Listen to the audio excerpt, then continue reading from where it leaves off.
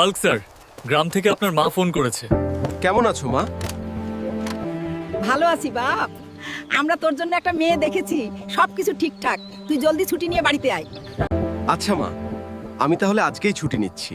Sir, আমার বিয়ের ছুটি লাগবে 1 মাস। আরে হাল্ক, 1 মাস কেন? যাও 3 মাস ছুটি দিয়ে দিলাম, একবারে হানিমুন সেরে এসো।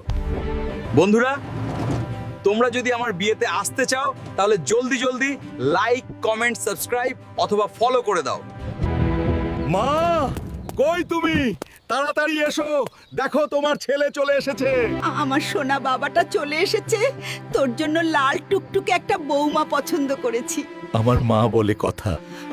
বাজাও রে, ঢাক ঢোল বাজাও রে, আজ হালকের বিয়ে রে, সবাই মজা মাস্তি করো রে। হাল্ক স্যার, আর্মি ক্যাম্প থেকে কল এসেছে। হাল্ক, তুমি আজকেই ডিউটিতে জয়েন করো, বর্ডারে হামলা হয়েছে।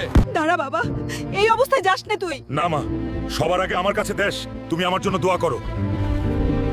একজন আর্মির কাছে সবার আগে দেশ। বন্ধুরা, কে কে তোমরা দেশকে ভালোবাসো এখনই কমেন্ট করে জানাও।